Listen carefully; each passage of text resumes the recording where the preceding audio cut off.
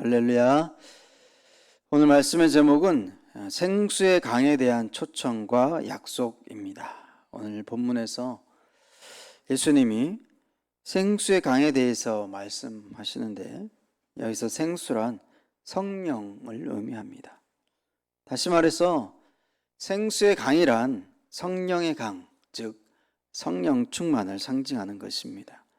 오늘 본문 37절에 예수님은 명절 끝날, 곧 큰 날에 이렇게 외치죠. 누구든지 목마르거든 내게로 와서 마시라 라고 외치시고, 38절에는 나를 믿는 자는 성경의 이름과 같이 그 배에서 생수의 강이 흘러나오리라 라고 선포하십니다.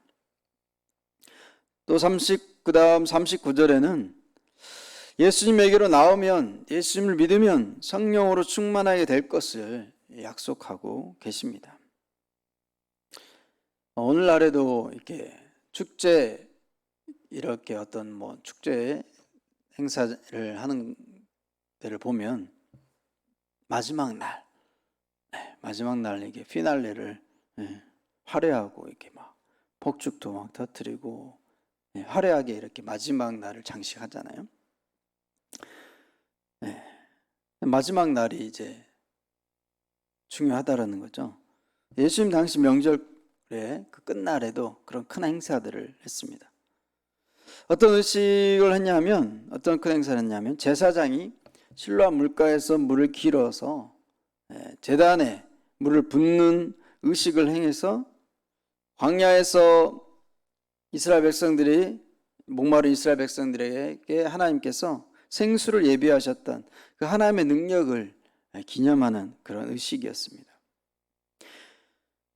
예수님이 이러한 의식이 진행되고 있을 때에 자신이 주는 영원한 그 생명수에 대한 교훈의 말씀을 선포하신 것입니다.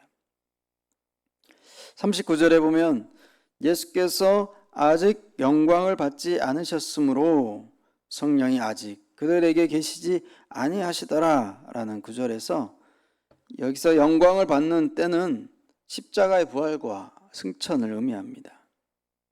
예수님의 십자가 사건을 통하여 이제 성령의 시대로 전환된다는 것을 가르쳐주고 있는 대목이죠.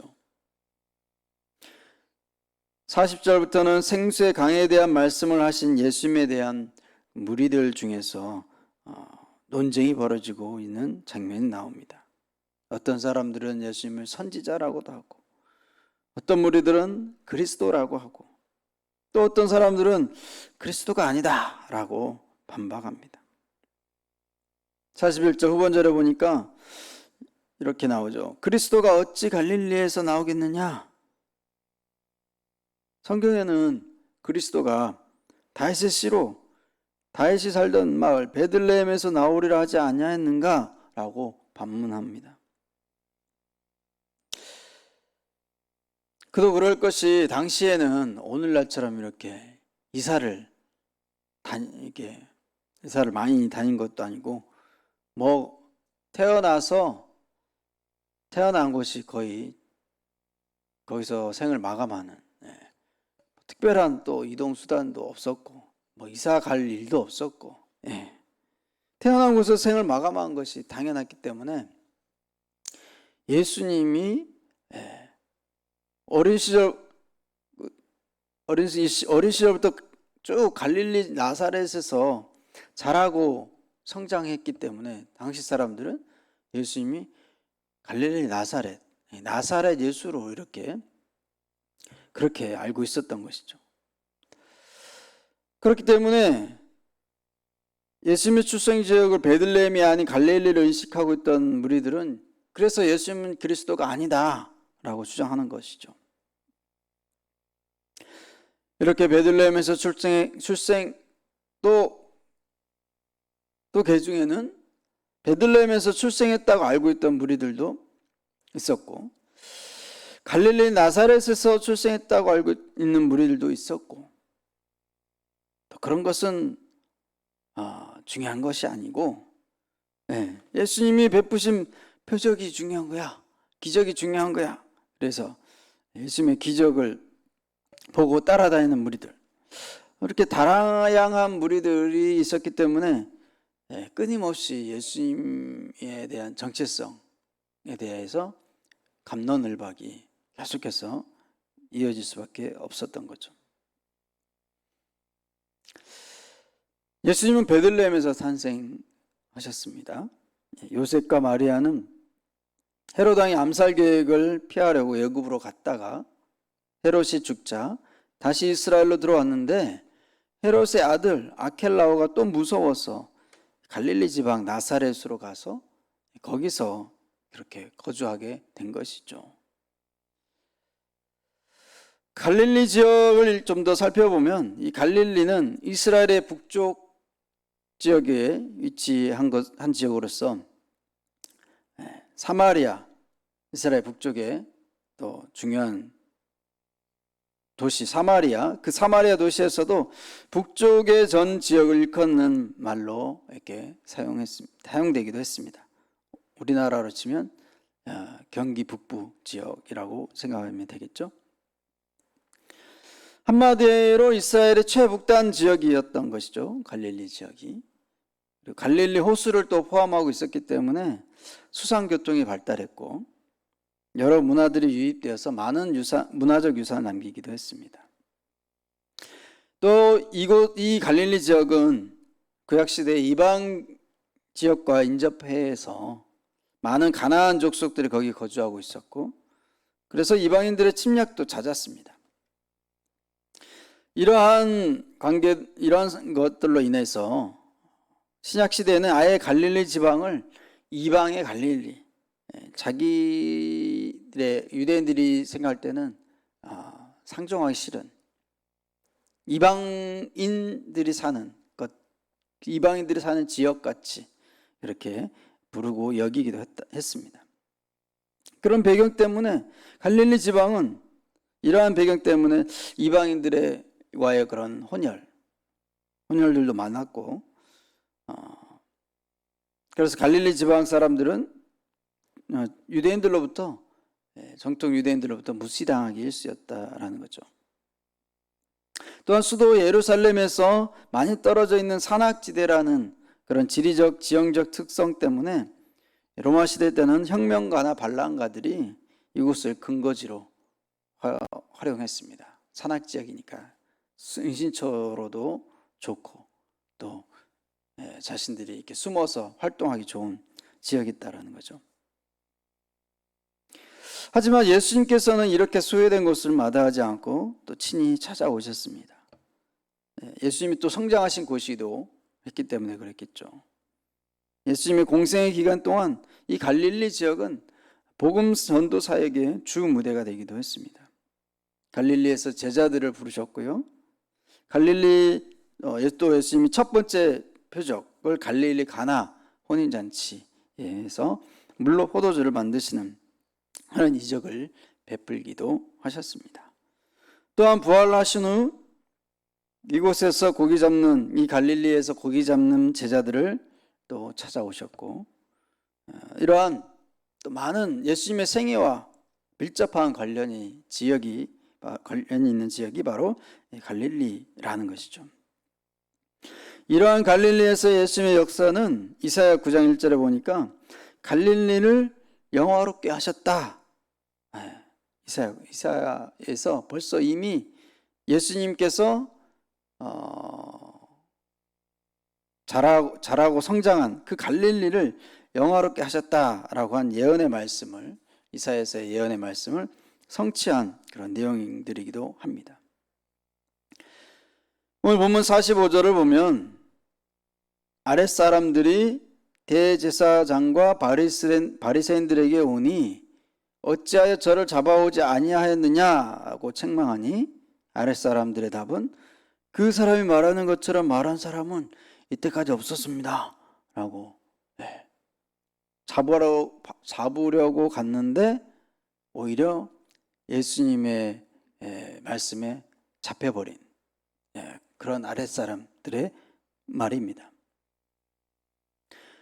대제사장과 바리새인들이 아랫사람들 시켜 예수님을 잡아오라고 명하였으나 예수님을 잡아들일 만한 허점을 발견하지 못하고 오히려 그 예수님의 말씀 속에서 감동을 받아버린 것이죠. 이 아랫사람들이. 예수님의 말씀의 권세와 능력, 예수님의 그 신성을 강조하는 또 대목이 바로 여기가 되겠습니다. 47절에 바리새인들은 아랫사람들에게 너희도 미혹되느냐? 라고 물으면서 또 당국자들이나 바리새인 중에 그를 믿는 자가 있느냐? 라고 하면서 율법을 알지 못한 이 무리는 저주를 받은 자라고 그렇게 저주합니다. 이러한 대제사장들과 바리새인들의 의도는 당시에 시시하고 천박한 자들만이, 배우지 못한 사람들만이 예수라고 하는 자를 자를 뿐이지, 배운 사람의 입장에서는 그런 사람을 따르지 않는다는 그런 그렇게 치부해버리는 종교적 독선에 빠져 있는 모습을 보게 됩니다. 이 49절에 율법을 알지 못하는 무리라는 표현은 낮은 신분을 지닌 자로 배우지 못한 자들에 대한 저속한 표현법입니다. 50절 51절에는 바리새인이며 유대인의 관원인 니고데모가 이제 등장하는데요. 예수님을 체포해 오라고 지시한 대제사장들과 바리새인들의 잘못된 그 관행과 판결에 대하여 우리 율법은 사람의 말을 듣고 그 행한 것들을 알기 전에 판결하느냐라고 대제사장들과 바리새인들의 그 잘못된 관행을 지적하고 있는 것입니다. 사람의 말을 듣고 그 행한 것들을 알아보고 나서 판결을 해야 되는데 그냥 밑도 끝도 없이 잡아오라고만 하니까 그런 잘못된 관행을 지적을 하는 것이죠. 이러한 니고데모의 반응에 대해서 52절에 보니까 대제사장과 바리새인들이 너도 갈릴리에서 왔냐? 예수와 한패냐? 이런 의미겠죠. 갈릴리에선 선지자가 나지 못한다 라는 말로 그냥 세기를 박아버립니다. 당시 대제사장들과 바리새인들은 의기양양한 태도로, 그러니까 이미 예수님에 대해서 이렇게 프레임이 딱 씌워져 있는 것이죠. 자기 자신들은. 그래서 니고데모에게도 성경의 기록을 낱낱이 살펴봐라. 그렇게 오히려 더 세게 강하게 나오는 모습을 볼 수 있습니다. 그런데 여기서 갈릴리에서 선지자가 못 나온다는 말은 예수님의 출생지가 갈릴리가 아닌 베들레헴이라는 사실에 대해서 당시 대제사장들과 바리새인들이 무지했던 것이고, 또 갈릴리를 영화롭게 한다는 이사야 9장 1절의 그 예언의 성취를 무시하는 태도를 보이는 것입니다. 이러한 모습들은 당시 대제사장들과 바리새인들이 얼마나 독선과 편견으로 스스로 성경의 내용을 무시하는 그런 모순을 범하고 있음을 잘 보여주고 있는 대목입니다. 오늘 본문 말씀을 통해 하나님은 생수가 흘러넘치게 하라, 즉 성령 충만을 받는 것에 집중하라 라고 말씀하십니다. 그럼 어떻게 성령 충만을 받을 수 있는지 세 가지로 한번 살펴보도록 하겠습니다. 첫 번째는 회개하고 자신을 성결케 하여 주님께 나아가야 성령 충만을 받을 수 있다라고 말씀합니다. 주님께로부터 생수의 강이 흘러넘치기 때문에 주님께로 나아가야 하는 것이죠. 생수의 근원이 바로 예수님이시기 때문에 그렇습니다. 그런데 주님께 나아가기 전에 우리는 회개하여 자신을 성결케 한 후에 주님께 나아가야 한다라는 거죠. 출애굽기에서 보니까 하나님은 강림하시기 전에 모세에게 이스라엘 백성을 성결케 하라, 자주 그렇게 반복해서 말씀하셨어요. 명령하셨습니다. 그러므로 우리는 주님께 나아갈 때에 늘 회개하며 자신을 성결케 해야 합니다. 우리가 그래서 예배 자리에 나왔을 때 제일 먼저 우리가 해야 되는 기도에 빠뜨리지 말아야 될 것은 회개 기도를 우리가 늘 빠뜨리지 말고 해야 하는 것이 바로 그 이유죠. 회개하며 주님의 보혈로 나를 성결케 해달라고, 성결케 해 주시라고 하게 될 때 성령 충만을 받을 수 있다라고 말씀하고 있는 것입니다. 두 번째는 순종할 때 성령 충만을 받을 수 있다라고 말씀합니다. 사무엘상 15장 22절에 보니까 순종이 제사보다 낫고 듣는 것이 수양의 기름보다 나으니 라고 말씀합니다. 또한 사도 베드로와 사도들은 우리는 이 일의 증인이요 하나님이 자기를 순종하는 사람들에게 주신 성령도 그러하니라 라고 말씀하고 있습니다. 즉 하나님은 하나님의 말씀에 순종하는 사람에게 성령을 주시겠다라고 약속하셨다라는 것이죠. 하나님 말씀에 불순종한 사람에게는 성령을 주시고 싶어도 성령이 들어갈 수가 없기 때문에 순종하는 사람이 성령을 받게 된다는 것을 당연한 또 이치가 되는 것이죠. 세 번째로는 성도가 연합할 때 성령 충만을 받을 수 있습니다.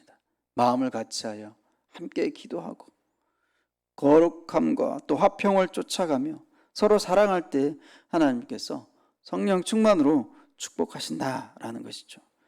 대표적으로 시편 기자는 시편 133편에 형제가 연합하여 동거함이 어찌 그리 선하고 아름다운고 머리에 있는 보배로운 기름이 수염 곧 아론의 수염에 흘러서 그 옷깃까지 내림 같도다 라고 그렇게 말씀하고 있습니다. 여기서 보배로운 기름은 바로 성령을 상징합니다. 또 여기서 연합은 영적 연합입니다. 합심해서 기도하는 것이죠. 마음을 같이하여 함께 기도할 때 성령으로 충만할 수 있다라는 것을 말씀하고 있는 것입니다. 사랑하는 성도 여러분, 우리 스스로가 내가 먼저 성령의 생수로 충만해져야 합니다.